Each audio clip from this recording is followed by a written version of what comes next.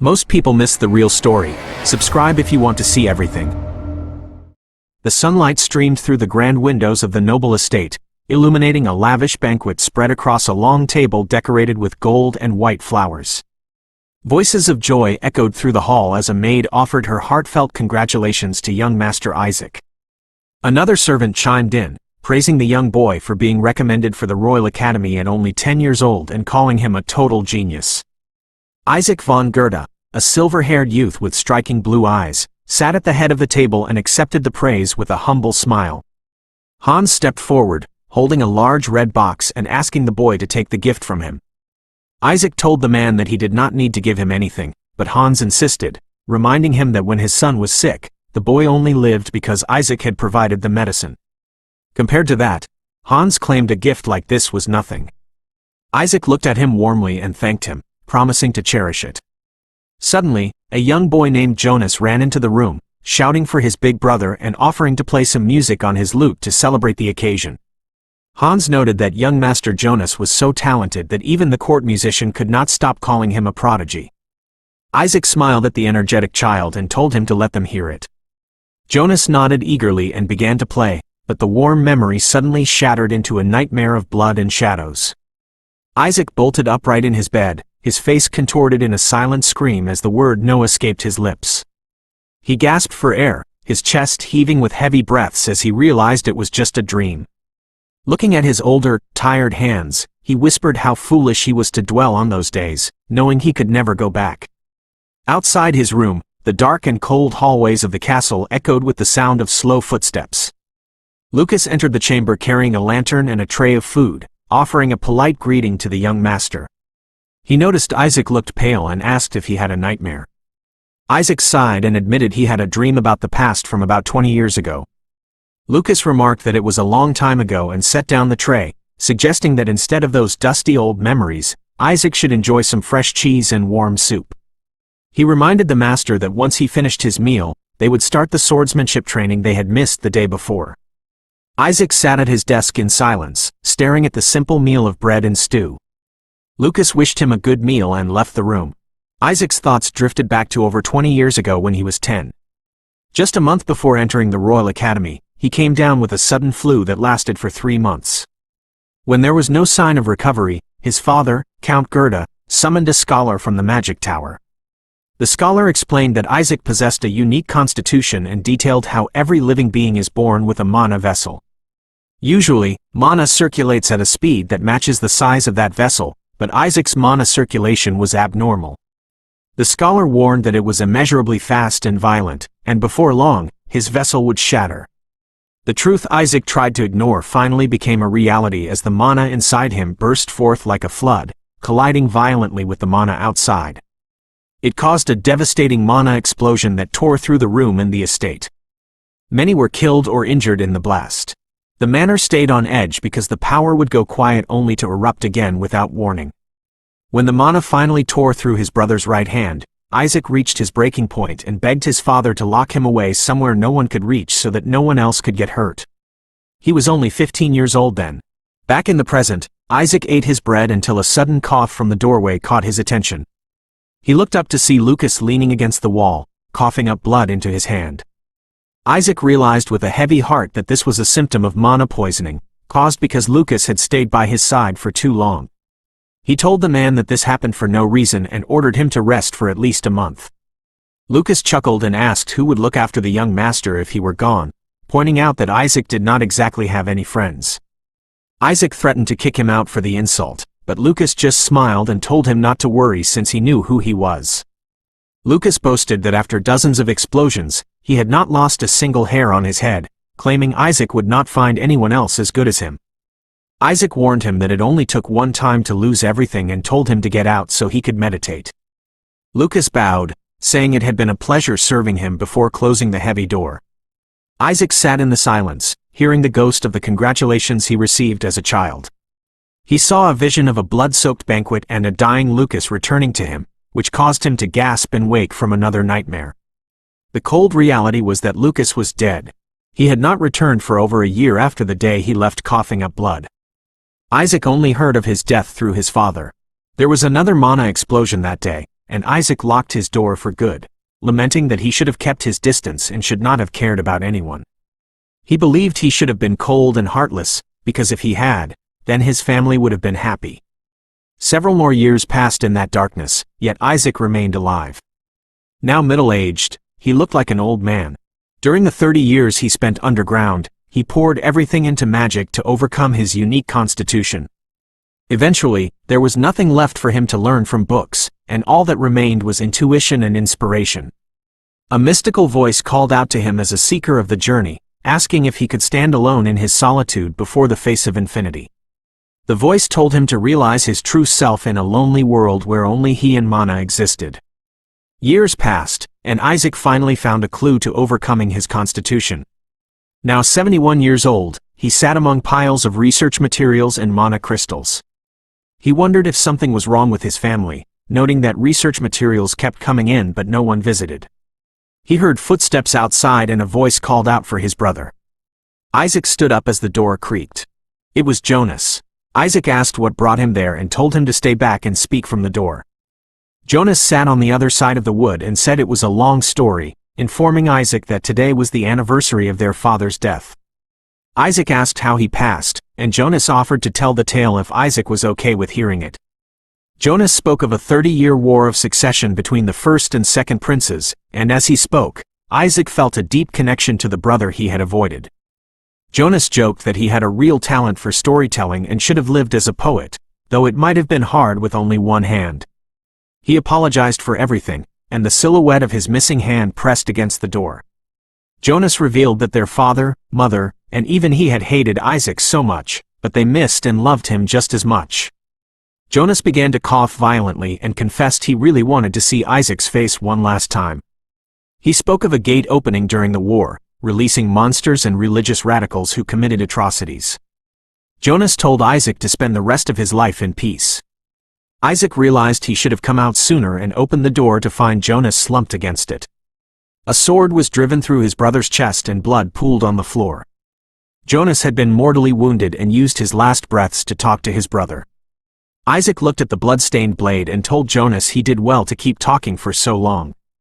Isaac picked up his brother's body, saying they should go because he could not just lie there forever. He carried the light, frail body up the stairs and wondered how long Jonas had been starving. He stepped through the main gates into the ruins of the castle while the snow fell around them. Isaac looked at the frozen ground and realized he could not bury Jonas yet, so he decided to wait until spring. Once he laid Jonas in the family grave, Isaac decided he would rest too. The seasons changed and a butterfly landed on a branch in the spring. Isaac stood before the graves in the green grass and held a blue mana crystal, concentrating his power. A brilliant flame erupted from his hand as he realized he had finally reached his goal. After years of research, he had overcome his body. He asked if he could rest now and if he could be forgiven just a little. He collapsed in the grass and wished he had hurried and not wasted so much time in despair, wondering if things would have been different. His vision faded as he lay in the ruin of his home, but then a voice called out, asking if he had a nightmare. Isaac thought the voice sounded like Hans, but he knew the man had died long ago. He opened his eyes to see sunlight and a curtain being drawn back. Isaac bolted upright, gasping as he saw his younger self in the reflection of the window. Hans stood there and noted that Isaac was covered in cold sweat and looked pale as a ghost. Hans asked if he did not sleep well and walked toward the window. Isaac wondered if this was a dream or if his life was flashing before his eyes. He jumped out of bed and Hans warned him to get down from the window. Isaac looked out to see a young Jonas climbing a tree and shouting for his big brother. Jonas waved a toy soldier and laughed happily. Isaac looked at his small hands and realized this was not a dream and that he had returned to the past. The mystical voice returned, calling him a traveler beginning his journey and asking if he was lonely enough to stand alone before the infinite. The voice commanded him to realize who he truly was, to let go of his thoughts and the perspectives carved by life. It told him to break free from the leash of the past and become himself.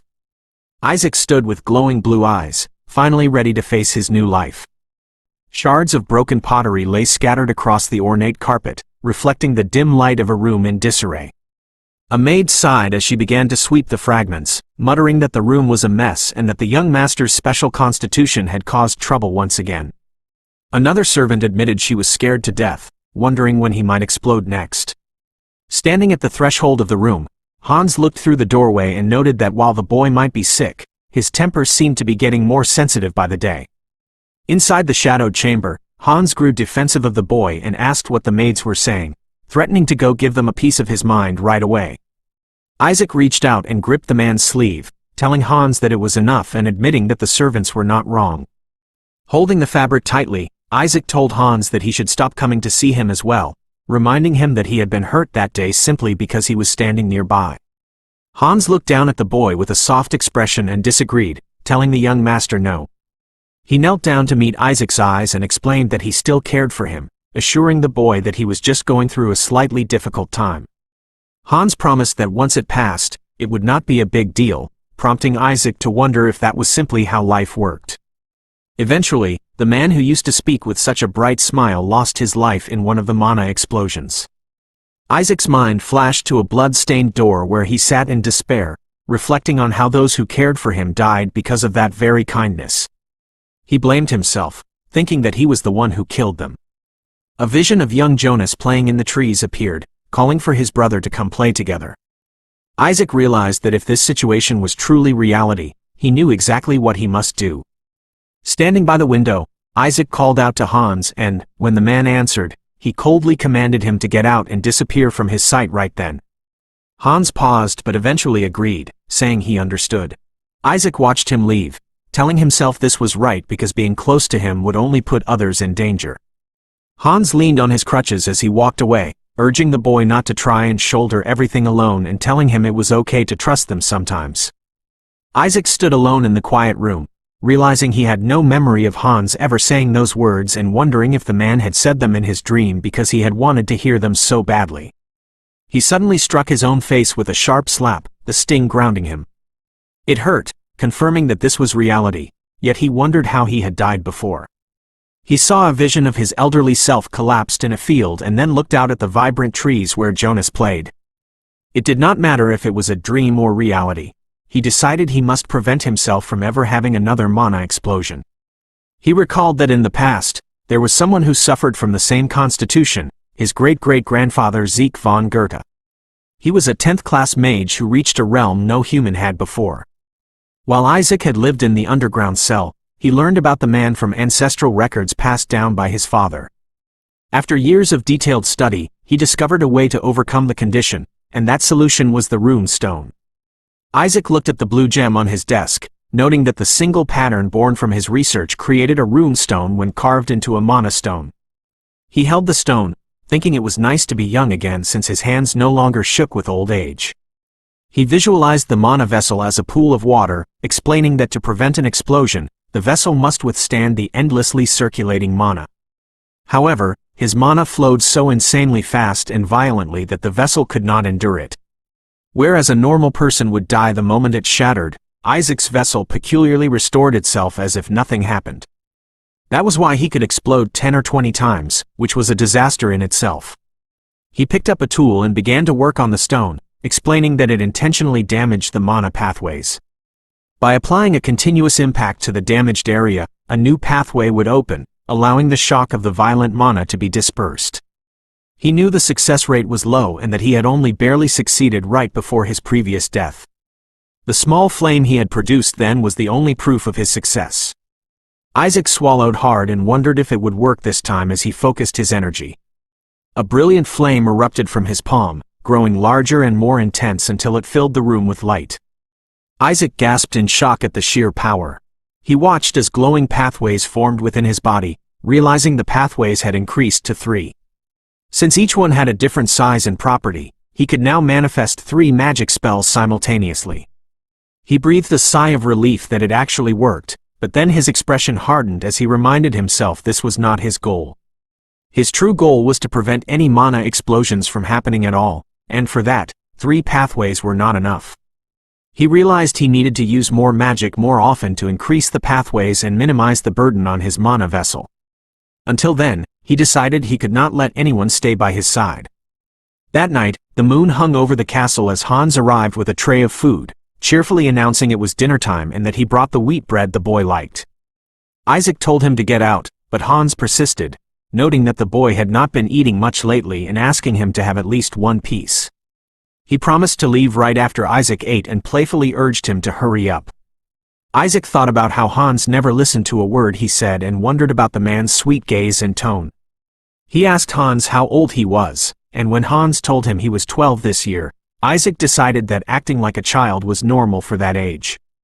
He took a bite of the bread, recognizing the taste and realizing his nanny must have made it. He noted that it had been a long time since he tasted it and asked where she was. Hans explained that her son, Hinder, had pneumonia. Isaac stopped eating, asking if she went back home. He reflected on how well run the household was, given that a nanny would never dream of leaving her post for her own child in any other family. He watched the fire in the hearth and asked if Hinder was the only one suffering from pneumonia. Hans replied that all the children in the village had caught it. Isaac fell silent, remembering the incident from his past known as the Black Goose Village mass pneumonia incident. He recalled that the nanny had lost her son in the tragedy and lived with a sense of loss until she died. He pictured her dying face as she told him she was glad to be leaving first, and he decided he did not want her to go through that again. Isaac remembered that the cause of the illness revealed later was specific. He looked up from his meal and called out to Hans, asking with a sharp intensity what monsters had been subjugated there recently. The crescent moon hung silently in the star-dusted sky as a lone deer stood alert in the snowy woods. Suddenly, the quiet night was shattered by a brilliant roar of flames as a massive fireball erupted near the startled creature, sending it fleeing into the shadows. Isaac stepped out from the brush, the flickering light of a flame in his hand illuminating his young face as he muttered to himself that he had made a mistake, having thought the deer was a wolf. He adjusted the heavy pack on his back and picked up his shovel, continuing his trek through the dark forest until he reached a weathered wooden sign pointing toward Black Goose Village. Isaac paused, reflecting on a conversation he had with Hans about a monster hunted in that very village. Hans had scratched his head and admitted that while he did not get a good look at the creature himself, people from the magic tower once came to buy it as research material. Hans recalled catching a glimpse of it back then and described it as a giant spider covered in silver fur.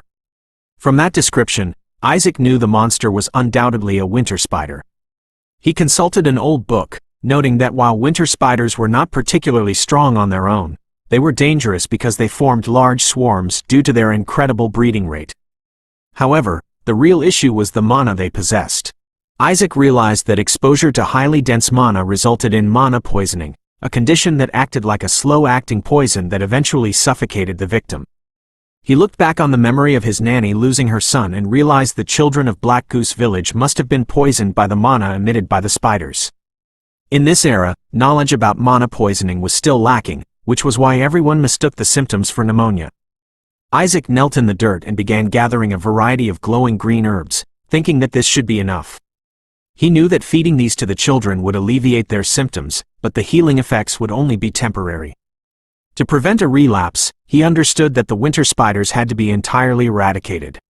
He considered asking his parents for help, but his father was normally stationed at the border fortress and his mother was traveling the continent searching for a cure for his own special constitution. He knew that if he simply sat around and waited for them, Hinder's life would be in grave danger once again. As night deepened over the quiet village, Isaac made his way to a small wooden house and knocked on the door. The nanny, wearing a protective cloth over her face, opened the door and asked who it was. Isaac looked at her tired eyes and remarked that she looked exhausted. She gasped in shock, calling out to the young master and asking what brought him there at such an hour. She noticed his disheveled appearance and asked what happened to his clothes and if something had occurred at the estate, noting that he was covered in dirt. Isaac simply told her that she had not come to work for days, so he came to check on her. The nanny panicked and told him to wait, insisting that he could not come in because Hinder had pneumonia and she feared he might catch it. Isaac pulled a white cloth over his own face and asked if this was better, but the woman still hesitated. Isaac told her to never mind that and handed her a heavy brown sack, telling her to just take it. When she asked what was inside, he explained they were herbs. He instructed her to crush or mash them, put them in a pot, brew them twice, let the mixture cool, and then feed it to her son. He walked past her into the dim room where the young boy lay in bed. Isaac observed the bluish spots on Hinder's skin and confirmed it was definitely mana poisoning. He called out the boy's name, asking if he could hear him. Hinder opened his eyes weakly and recognized the young master. He coughed and pleaded with Isaac not to fire his mother, explaining that she only stayed home because he was sick. Isaac looked down at him and promised he would not fire her, reminding the boy that his mother was the only one who sneaked him wheat bread. He gently placed a hand on Hinder's forehead and told him to just focus on getting better. The next morning, under a pink and purple sunrise, Isaac stood before the entrance of a dark, gaping cave. A guide stood beside him and confirmed that this was the abandoned mine he was looking for. Isaac asked if he was certain it was a limestone cave, and the man confirmed it was. Isaac thanked him and told the man he would take it from there. The guide warned him to be careful since people had gone missing around the area recently. Isaac thanked him for the warning and watched him leave. He knew that winter spiders preferred limestone caves, and since this was the only one in the area, it was highly likely to be their nest. Before heading inside, Isaac decided to prepare himself. He concentrated his power, recalling how he had opened new pathways in his mana circuit to manifest 3 spells simultaneously. With this ability, he could output power comparable to 2nd-class magic, but he knew there was a limit. If he overdid it, his mana vessel could shatter. Since he did not know how many spiders were in the cave, he could not afford to use magic recklessly. He looked down at a plant with dark berries and identified it as the frost belladonna. While its berries were usually diluted and used as a paralytic or anesthetic, they were a deadly poison to winter spiders. He found it ironic that they lived in the same habitat as their lethal weakness. He carefully gathered the berries, noting how potent they were as his fingertips tingled. Once he had enough, he headed deep into the damp, dark tunnels of the mine. He moved cautiously, thinking that dying in a place like this would be a pointless death. He reached a steep drop and wondered how to get down until he spotted a frayed rope ladder nearby. He climbed down the swaying ladder and reached the bottom, where his light revealed a horrifying sight. He found the right place, evidenced by the piles of corpses scattered across the floor. He noted that all their bodily fluids had been drained and identified a human collarbone among the animal remains. He wondered if these belonged to the missing people the hunter had mentioned. Suddenly, he heard a skittering sound and looked up to see the sharp, metallic legs of a spider descending from the ceiling. He narrowly dodged the attack as several massive spiders surrounded him. He quickly realized the creatures were afraid of fire and unleashed a blast of flames to keep them away for a while. He knew he had to prepare before the entire swarm overwhelmed him. He pulled his mask tight and knelt beside a pot filled with the frost belladonna berries. He touched his finger to the plants and ignited them, sending a thick green smoke billowing through the cavern. The spiders groaned and hissed as the toxic gas reached them, causing them to collapse and twitch in agony.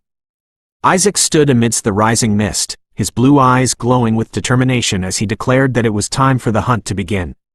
Sunlight filtered into the grand library as Isaac sat at his desk, his hand pausing over a parchment as a voice from the distance shouted, questioning what in the world they were doing until things got this bad.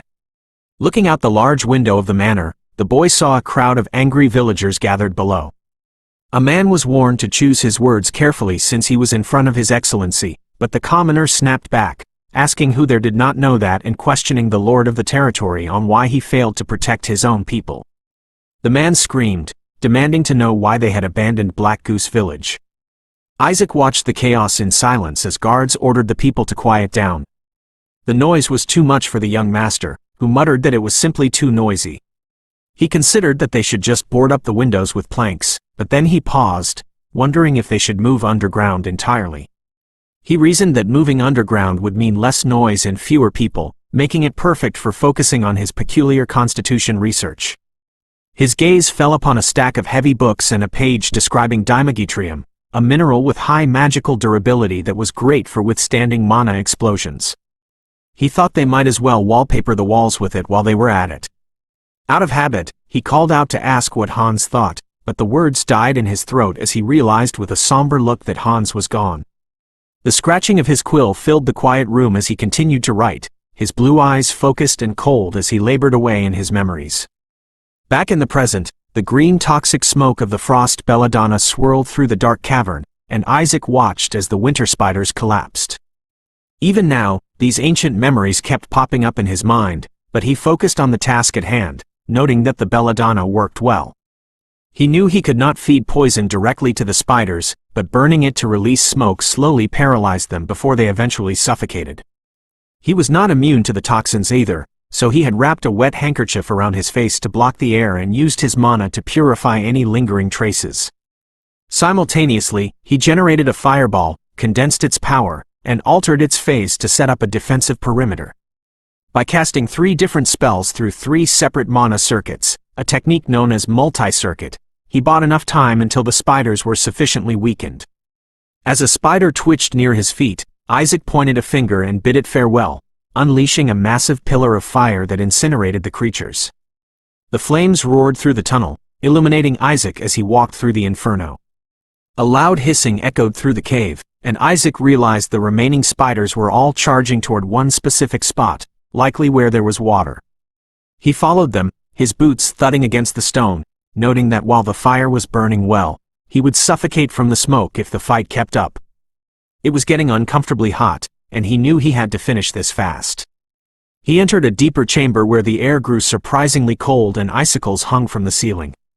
Isaac shivered, thinking he should not have ditched his coat since the temperature had dropped enough to freeze the puddles on the ground. He stopped as he looked up at a massive cluster of glowing blue spheres, wondering in horror if these were all eggs.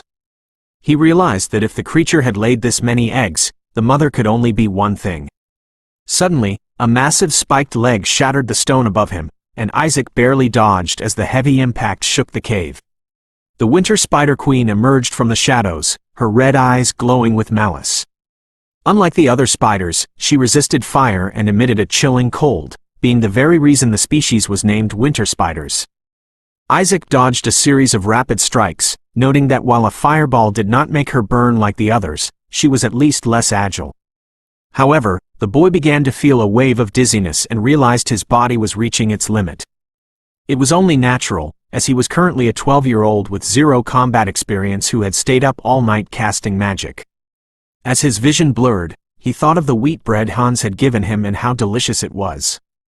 In this northern land where wheat did not grow, he realized that being able to eat soft bread was all thanks to his nurse. She would trek to distant cities every week to buy high-quality wheat just for him because he hated rye bread. He resolved that when he got back, he would demand she bake him a whole batch. Isaac gripped his shovel tightly, telling himself that queen or not, she was still just a spider. He swung the tool with all his might, shouting that he had to hold on. He knew he had no room for failure and did not have enough mana to fire off another long-range fireball. Even if he got lucky, a fire-resistant monster would not take critical damage from a standard blast. Deciding to abandon long-range attacks, he channeled his remaining mana into his palm. This fireball was different, as he focused on generating and condensing the energy over and over again.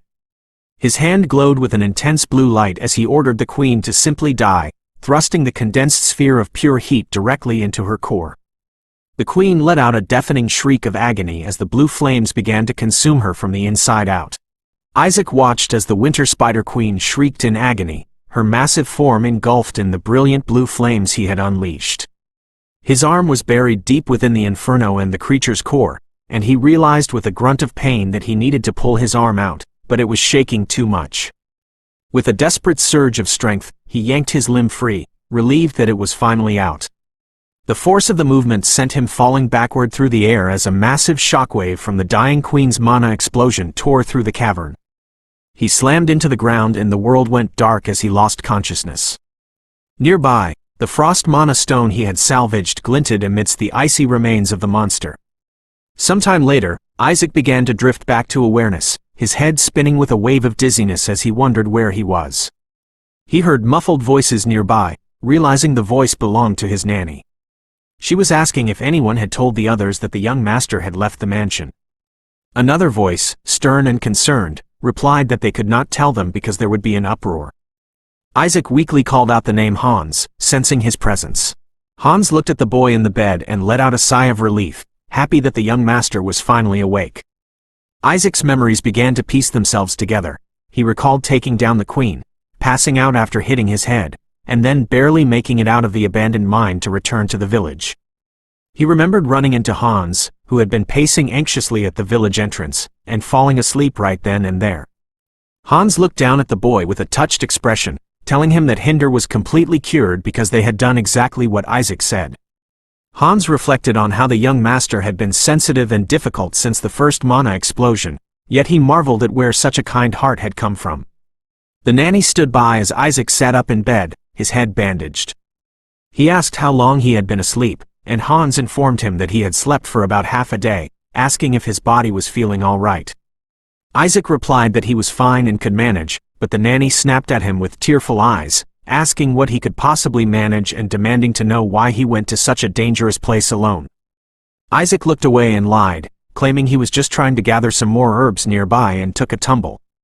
He knew that if he told them a 12-year-old had killed a high-ranking monster, they would just think it was nonsense, so he decided to just make something up. He shifted the focus, asking how Hinder was doing. The nanny confirmed he had gotten much better thanks to the herbs Isaac provided, adding that the other children in the village were recovering as well. Isaac felt a wave of relief, thinking it would be better to keep the mana poisoning a secret to avoid attracting scholars who would complicate things once the spider corpses were found. When the nanny asked how he knew about the herbs that even the professional doctor did not recognize, Isaac simply claimed he just happened to see it in a book. He told Hans to drop the subject and announced they should go back now. Hans looked out the window and noted it was already snowing, warning that it would not be good for the young master if the estate found out he had left it empty. Isaac groaned as he stood up, but the nanny stopped him, presenting a basket of bright red apples. She explained that the villagers had asked her to give them to him as a thank you. Isaac took one of the apples and told the nanny to take another week off, reasoning that she would only be able to work comfortably once Hinder was fully recovered. The nanny hesitated, worried that the head chamberlain would not just stand by, but Isaac struck a confident pose and asked who said she was just taking time off. He held the apple up and told her to make jam out of the fruit. When she looked confused, he clarified that he wanted apple jam and soft wheat bread the day she returned to work. The nanny was moved to tears by his kindness, and Isaac added with a smirk that apple pie would be good too. She smiled and agreed that it sounded good. A week passed after that, and life at the manor settled into a new routine. The morning sun shone over the estate as Isaac ran diligently through the gardens, gasping for breath as he pushed his body to its limits. During that time, a change occurred in his vessel as his 3 mana circuits increased to 4. Accordingly, his vessel stabilized further and the number of spells he could use simultaneously also increased to 4. He realized that while dealing with the spiders had pushed him, his progress was also thanks to his daily running and constant use of magic. He knew that magic required intense comprehension, calculation, and intuition, tasks that consumed a massive amount of mental energy. When the body collapsed, the mind followed suit, and he understood that mental energy required physical stamina. He reflected that the reason he reached his limits so quickly in the mine was that he possessed the untrained body of a young child. He remembered how Lucas used to train his stamina in his past life and tightened his fist with resolve. Isaac's training was interrupted when he saw head chamberlain Schiller approaching with another man. Schiller informed him that it was the day for his regular checkup and introduced the personal physician his father had assigned to him. The doctor was the most sought-after physician in the neighboring territory, though Isaac noted that even he did not know much about his unique constitution. The doctor examined him and noted that there did not seem to be any major issues, observing that Isaac's body had actually gotten healthier than before. He decided they should start changing his medication and opened a leather case to reveal several glass vials filled with a purple liquid. He explained that this was a potion called Panacea, which was designed to stabilize the flow of mana. Isaac held a vial, thinking about how his father had made sure he took high-quality medicine. He knew that in the common tongue, Panacea meant cure-all and was used as a stamina booster or a stimulant. While it was known to stabilize mana, Isaac knew that was a misunderstanding caused by a translation error of the ancient language. Its actual effect was to stimulate the flow of mana, which made it poison to someone whose mana already ran wild, but to his current self, it was a fitting catalyst that would help increase his mana circuits. As the doctor left, Isaac bid him a casual goodbye. He watched Schiller, who stared back at him with a cold gaze. Schiller asked if Isaac had something to say, noting that the boy was quite well behaved today. He reminded Isaac that he used to always fly into a rage, which had caused all the other doctors to refuse to serve him. Isaac smirked and asked if he should have flown into a rage then. Schiller went silent for a moment before revealing he heard Isaac had cured the children of Black Goose Village. Isaac was surprised and asked how he knew, and Schiller explained he had heard it from Hans. Isaac realized Schiller must have grilled the poor man for the information. The head chamberlain warned that if this fact went public, the advisory council would not just stand by, so he promised to let it slide just this once. However, he commanded Isaac to restrain himself from now on. Isaac looked at the man, reflecting on how he could never get close to Schiller in his previous life. He remembered him as a consistently dry, rigid, and cold old man who always kept his distance. But then Schiller leaned in and told the boy that if he really could not restrain himself, he should at least discuss it with him first. Isaac's eyes widened in surprise. He recalled what Jonas had told him before he died.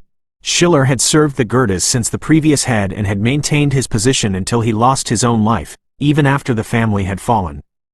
Isaac realized that the man was actually surprisingly caring and gave him a warm smile, thanking him and saying he got it. Schiller then asked why he had been running every day, and Isaac explained that every mage who reached the 5th circle or higher trained their bodies without exception. He told the chamberlain that if his body was meant to bloom with mana, it should be at a fitting level. Schiller watched the boy walk away and later sat in his office, writing a report to Isaac's father. He verified that the young master had cured the village children and noted that while his constitution made using magic difficult, Isaac's future as a scholar or alchemist might be bright. He felt His Excellency would be able to breathe a sigh of relief. A knock at the door interrupted his writing, and he told the visitor to come in. Rosa entered the room, looking pale and worried. She apologized for the intrusion and told the chamberlain that the maids kept disappearing and not coming back. Schiller listened as she explained that while they could set Clara aside, Annette was a diligent girl who had not taken a single day off in 3 years. Rosa's eyes filled with tears as she stated she was certain something must have happened to her. Rosa looked at her companions and asked if it was not strange, noting that 3 maids had disappeared in just 2 months. The blue-haired maid wondered if she really thought so, but Bill, a servant leaning on his broom, chimed in that it was not like Goethe was exactly a great place to live. He argued that the weather was harsh since they were in the north and pointed out that bandits or monsters popped up all the time.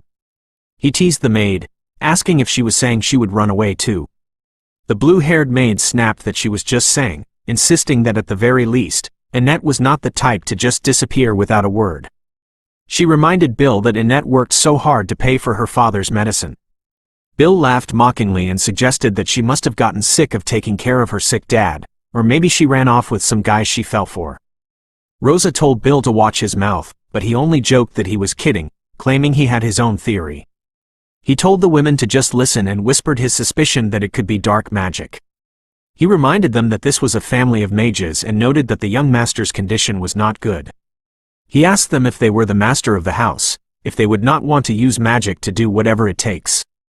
The blue-haired maid gasped in horror, asking if he was saying all the missing girls were sacrificed alive. Rosa demanded to know what Bill was talking about and warned him that if he kept making up weird rumors, she would not just stand by. Bill smirked and asked what she would do then, insisting he could be right. Rosa barked that the master was not that kind of person, reminding Bill that he even took in a criminal like him. Bill's expression darkened and he began to walk away, but a voice suddenly commented that it was quite an interesting story. Bill jumped in fright as Isaac stood before him with a confident posture, asking the man to tell him more about it in detail. Isaac stood with his arms crossed as Bill began to recount the events. He explained that it was 2 months ago when the maid Hild first disappeared. A few weeks later, Clara went missing. Lastly, this weekend, Annette never came back after going to Mass. Back in the study, Isaac sat at his desk and asked if Bill had any idea why. Bill broke into a cold sweat, wondering how a kid could have a glare like that. Isaac told him he could be honest and promised he would not punish him for it. When Bill asked if he was serious, Isaac confirmed it. Bill hesitated then said it was obvious, telling Isaac to think about Hans. He noted that Hans served him closest yet was always bruised or injured, always whining in pain. Bill laughed and suggested that while he did not know for sure, Hans would likely be the one who would not die a peaceful death. Realizing he had said too much, Bill immediately regretted his words. Isaac called his name with a low, dangerous tone. Bill dropped to his knees and pleaded for Isaac to spare him, claiming he had not even gotten married yet or had any kids. He babbled that the priest said their lives were given by God. Isaac leaned forward and gripped the man's hand, asking if he did not want to die. The boy smiled and told Bill to do some work for him instead. Bill looked up with wide, hopeful eyes. Later, as Isaac meditated, blue mana swirled around him and he spoke the names of Rosa and Annette. He reflected that after Hans and his nanny died, they were the only maids who volunteered to serve him. A memory of the past surfaced, showing broken pottery on the floor. Isaac's hand dripped blood as he told the two maids to get out because he wanted to be alone. Rosa tried to protest, noticing his injured hand, but Isaac shouted, asking if they did not hear him say to get out. He declared that the potions were useless and told them to never bring them again. Rosa begged him not to give up hope, saying things would definitely get better, but Isaac sneered at the word hope. He asked if they even knew how it felt to kill someone they cared about with their own hands. Annette looked at him with a somber expression and replied that she knew, revealing she also caused her friend's death with her own hands. Isaac was taken aback and asked about her friend. Annette explained that her friend was Clara and lamented that back then, if she had just looked back at her once or reached out her hand, she might have been able to save her. She told Isaac that she understood his situation was unique, but insisted that anyone could end up doing things they never intended at least once in their life. She said it could happen to anyone. Isaac stared at her, seeing the blood on his own hands in the memory, and reflected that Annette's pessimism brought him a strange comfort. He regretted that he should have asked her more about it back then. A knock at the door brought him back to the present. Bill announced himself and entered the room. Isaac asked if he found out where the maids went. Bill confirmed he had, explaining that he asked around among the beggars near the roads and their descriptions matched perfectly. He revealed the answer was slave traders. Bill explained that they tricked people by saying they would take them to the prosperous South and then sold them off. Isaac asked why they would use a broker if they could have just gone on their own. Bill laughed at the boy's ignorance, explaining that there was transportation to get all the way down south, mercenaries to protect them from bandits, and the need to secure a freeman status once they arrived. He asked if a group of young women could handle all of that on their own. Isaac agreed that it made sense. Bill thought to himself that a kid is still a kid and that Isaac was clueless about the real world. He mentioned it cost a bit of money to get the beggars to talk and confessed he ended up spending all 20 silver coins of the travel funds. Isaac noted that was enough for half a year's wages, but he said the money did not matter. Bill laughed, thinking everyone was just so on guard. Isaac stated that what he wanted was to find them as quickly as possible. Bill acted overjoyed, calling him generous and asking if there was anything else he needed him to do. Isaac held up a letter and told him there was. He promised Bill he would be well compensated if he gave it a try. Bill grinned widely, thinking he had found himself a sucker and that things would be pretty lucrative as long as he used a smooth tongue. He envisioned Isaac as a goose laying golden eggs, though he worried that the boy was a ticking time bomb. Bill shouted that life was all about high risk and high return and laughed heartily. The scene shifted abruptly to the dungeons. Bill stood in a cell, stripped to his underwear, screaming as he asked how it ended up like this. Bill gripped the bars, asking why he was in a place like this. Deep within the damp, stone corridors of the dungeon, the sound of rushing water echoed through the iron bars. Bill gripped the cold metal with both hands, his face pale with frustration as he wondered, damn it, how things had ended up like this. He remembered how smoothly everything had gone when he first sneaked the young master out of the mansion, directing a carriage driver toward Burn City.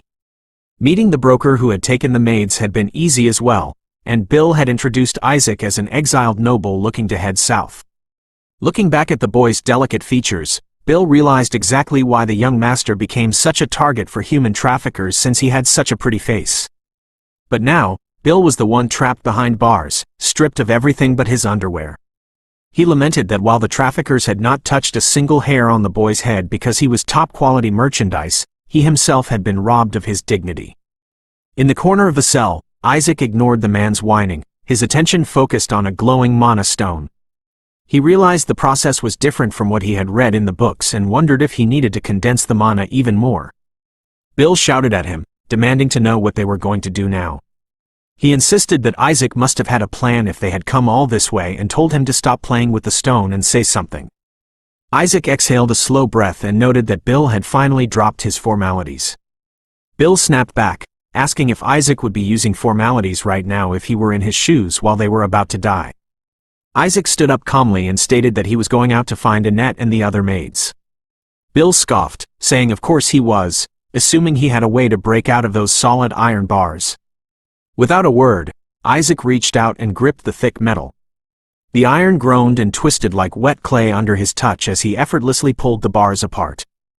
Bill watched in absolute shock, calling out to the young master with a trembling voice. He realized Isaac was about to leave and pleaded with him not to leave him behind, asking if the boy even knew him. Isaac told him not to be like that, but Bill argued that the place was a maze where he could easily get lost or be surrounded by bandits. Isaac asked if Bill really thought he could not handle that much and prepared to leave, wishing the man luck with his own escape. Bill's heart sank and he fell to his knees, begging for his life. He promised to do anything if Isaac would only save him. Isaac paused and looked at him, remarking that he had seen Bill act exactly like this once before. His mind drifted back to his previous life, to a snowy night where an older Bill had knelt before him, pleading for his life. That Bill had claimed he was out of his mind and begged for grace, reminding Isaac that he had taken him in.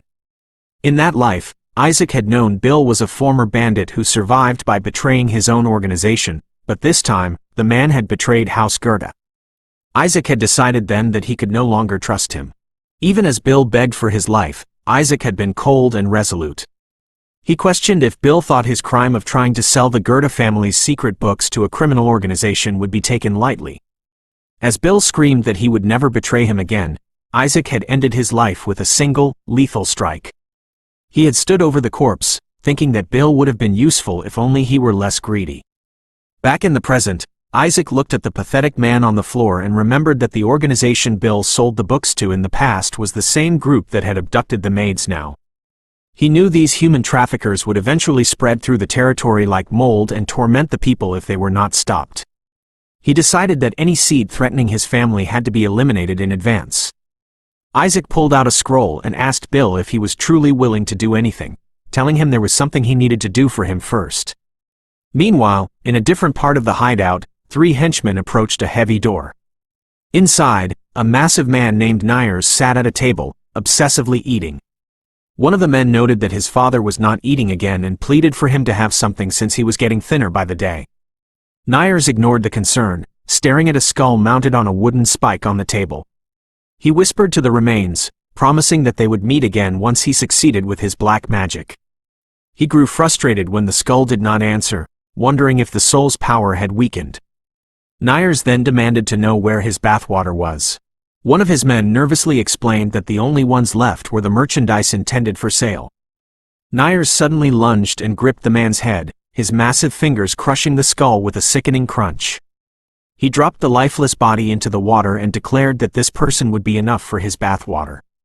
He told the survivors he would be waiting, and the terrified men scrambled to prepare the grisly bath.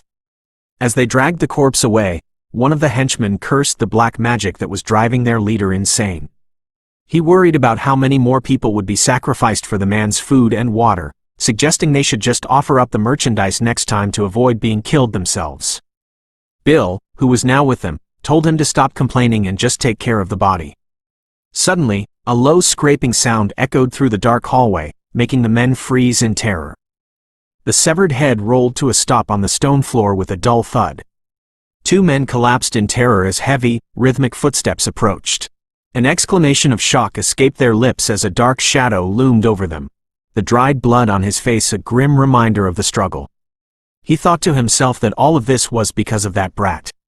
He looked back at Bill and asked if he had not said he would do anything. He told the man that there was something he needed to do first. Bill, standing shirtless and shivering, looked at the parchment in the boy's hand and asked what it was.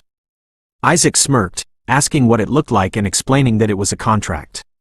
He began to read the terms aloud, stating that first, the contractee, Bill, shall obey the contractor, Isaac, unconditionally.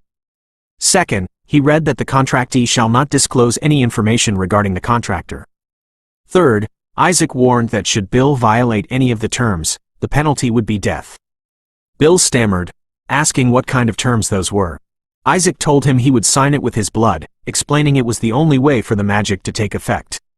He held up a heavy butcher knife, remarking that it should do nicely. Bill shouted, asking if he was crazy and why he would ever sign such a thing. The sound of running footsteps echoed from the corridor, and Bill looked around frantically, asking who was there. Isaac told him to come on since they did not have much time, asking the man if he did not want to live. Bill stared at him, his face pale with fear as more footsteps thundered through the hallway. Bill looked at the paper in his hands, then back at the approaching danger.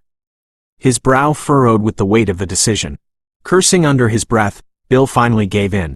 Isaac held the blade steady as Bill pressed his finger against it. The skin broke and Bill pressed his blood-stained thumb onto the contract. A brilliant magic circle erupted under Bill's feet, swirling with blue energy. Isaac smiled as the contract was sealed. Several guards suddenly burst into the area, shouting to know who they were and how they had escaped. Bill panicked, shouting that here they came. Isaac did not hesitate, unleashing a wave of mana that sent the guards flying back. They slammed into the stone walls with a series of heavy cracks. Bill looked at the bodies and asked if they were dead. Isaac calmly replied that they had just fainted. Bill wondered how on earth he had done it, and Isaac held up a glowing mana stone. Bill whispered the word magic in awe. Isaac stood in the middle of the flooded stone tunnel, the light from his mana stone reflecting off the dark water. They continued walking through the sewers. Bill, now holding the butcher knife, cleared his throat and admitted it was his first time seeing ice magic, telling the boy he was amazing. Isaac looked at the blue stone in his hand and remarked that it made sense, as ice magic was not very practical. Bill looked confused and asked if it was not. Isaac explained that it only looked that way. Bill suddenly stopped and hissed that there were bandits ahead. Isaac simply hummed in response and asked Bill what was needed to make ice. Bill was taken aback by the sudden question and Isaac told him to take a guess. Bill tentatively suggested water. Isaac created a sphere of water in his palm and confirmed he was correct. He explained that whether it was moisture in the air or puddles on the ground, one first had to shape the water. Isaac continued his explanation as a bandit spotted them and shouted, asking who the hell they were. Isaac unleashed a blast of energy, stating that finally, one had to use phase shift magic. A jagged shard of ice flew through the air and pierced the bandit's shoulder. The impact sent the man crashing into the wall. Isaac noted that because of the complexity, it was not very useful in combat. He extinguished the light in his hand and looked at the frost mana stone, admitting that if he did not have it, he would not have bothered using the magic either. He explained that he had salvaged the stone from the Winter Spider Queen's carcass. He noted that even though ice magic was not popular, frost mana stones had academic value and fetched quite a high price. He felt he had gotten his hands on something unexpectedly good. Bill asked why he bothered using it at all if it was so inconvenient. Isaac explained that because it was unpopular, very few people know about it. He added that it was hard to distinguish the wounds from blunt force trauma. Looking at a fallen bandit where the ice was already melting, Isaac noted that since it turned to water, it left no evidence behind. He smiled, stating that it made the magic perfect for stealth. Bill shivered at the cold expression on the boy's face and asked if he was going to finish them off as more bandits shouted in the distance, wondering who the intruders were and how the merchandise got out. Isaac replied that even if he killed them, scum like them would just be replaced. Bill asked if they would not just end up doing things like this again. Isaac fired another set of ice shards, stating that was why he was keeping them alive. The shards struck the bandits, knocking them unconscious instantly. Bill could only stare in silence. Isaac looked ahead with a cold gaze, declaring that he was only going to kill one person. Bill followed, looking increasingly worried as Isaac repeated that he would kill just one person. They reached a large chamber where Nyers stood waiting. The massive man looked at them and acknowledged their presence. Isaac remarked that seeing him there saved him the trouble of hunting him down. He concentrated his mana, forming a massive, jagged spear of ice that hovered in the air. With a sharp movement, he sent the spear flying. Nyers' eyes widened in shock as the projectile tore through the air toward his face. With a violent crash, Nyers deflected the ice spear with his bare hand, shattering it into fragments. Bill gasped, asking if he really just deflected it like that. Nyers chuckled, noting that Isaac had some strength and asking if he was from a northern tribe. Bill shouted at the giant, asking if this was really the time to be admiring him. Nyers groaned at a slight sting, and Bill panicked, asking what they were going to do since they were going to get torn to pieces. Isaac addressed the group of men. Nyers addressed the boy as merchandise, stating he was worried he would not have enough bathwater and noting that this worked out nicely.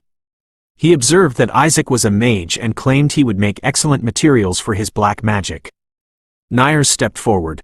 Bill begged for his life, but the giant reached out and grabbed a different henchman, shouting that it was not Bill he wanted.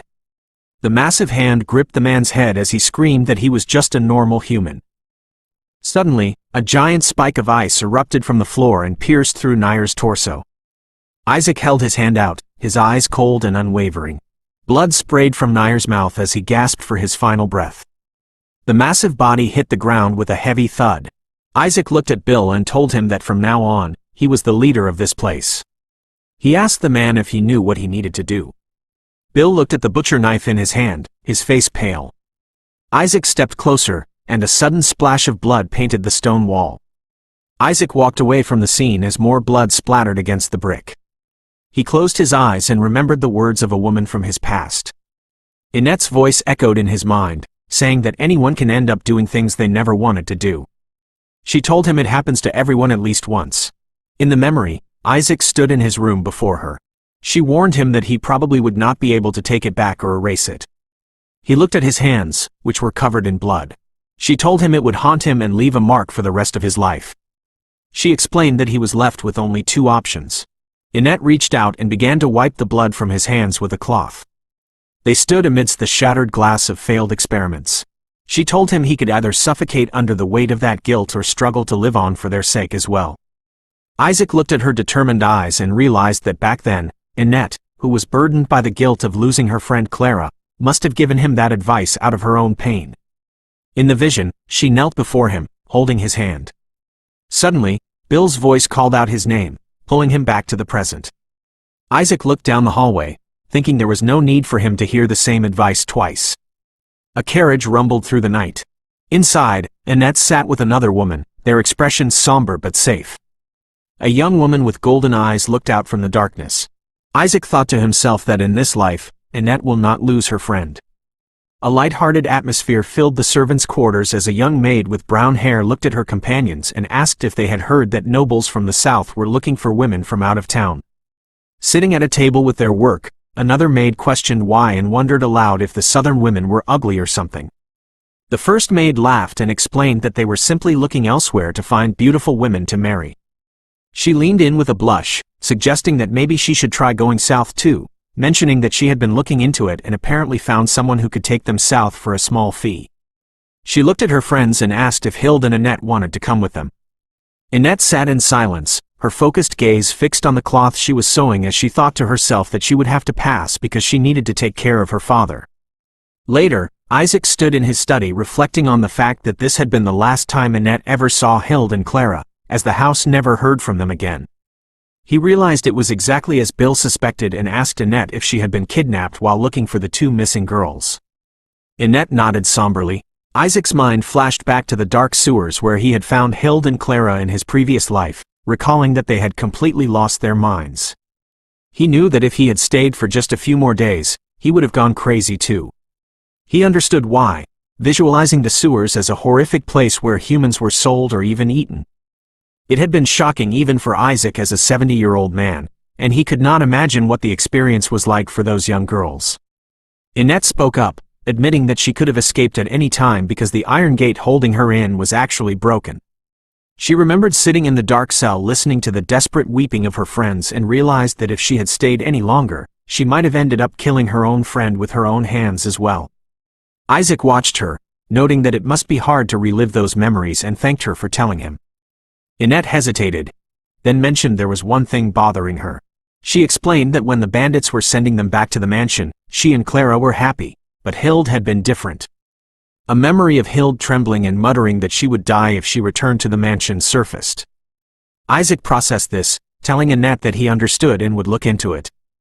Annette then smiled and shared that Rosa believed the reason the bandits suddenly released them was because of the young master. Isaac chuckled at the notion, calling it nonsense, but secretly thought that Rosa was a sharp maid. Annette insisted it made sense, claiming that the only person who would care about maids like them was Isaac. The young boy looked at her with a calm, steady gaze and simply spoke her name. He told her thank you and expressed that he was truly grateful. He started to say something more but caught himself, telling her never mind and that they would talk later.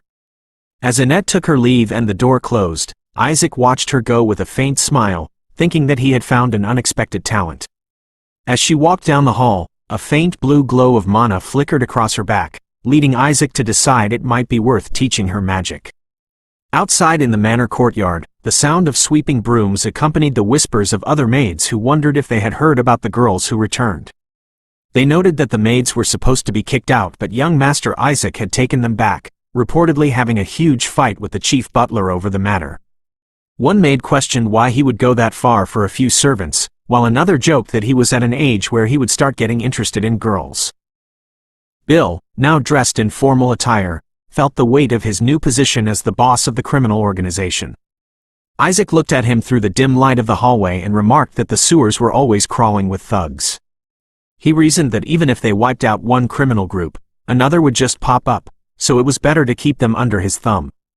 Bill realized with a surge of fear that Isaac had planned this from the start and that the contract he signed was a trap. He panicked, thinking that if there was ever a mutiny, his own neck would be the first one on the block. Bill confirmed that the former boss told them to keep an eye on the estate. Realizing Nyers was more than just a crazy bastard if he was planting spies in noble houses. Bill then revealed that the boss always prepared a tribute for the knights around this time of year, explaining that the reason they were able to settle in the sewers was because the knights provided them cover. A few days passed and Isaac stood alone in a large hall, practicing his magic. He generated a blazing fireball and launched it across the room, using the fire as a distraction for the jagged ice crystal that followed right behind it. The projectile shattered against the far wall with a violent impact. Isaac exhaled, noting that after killing Nyers, his mana circuits had increased from 4 to 5. He realized he needed to practice the simultaneous conjuration of different magic types, acknowledging that he had just been lucky with Nyers. He reflected that Nyers' familiarity with the area, his arrogance toward weaker enemies, and his ignorance had cost him his life. Isaac corrected himself, thinking that he did not just lose his life but that Isaac had taken it. He lay back on his bed, recalling that before Jonas died, he had provided details about the enemies of House Goethe who specialized in dealing with mages. He knew he would not get lucky again and vowed to get stronger to protect the family name. Suddenly, his door burst open as the nanny shouted for him to wake up. Isaac was startled, asking what was happening as Hans arrived with his clothes. The nanny ignored his confusion and urged him to get up quickly, explaining that the master of the house had finally returned. Isaac stood by the window and watched a lone rider approach the castle gates, his heart racing as he realized his father was truly there. Most people miss the real story. Subscribe if you want to see everything.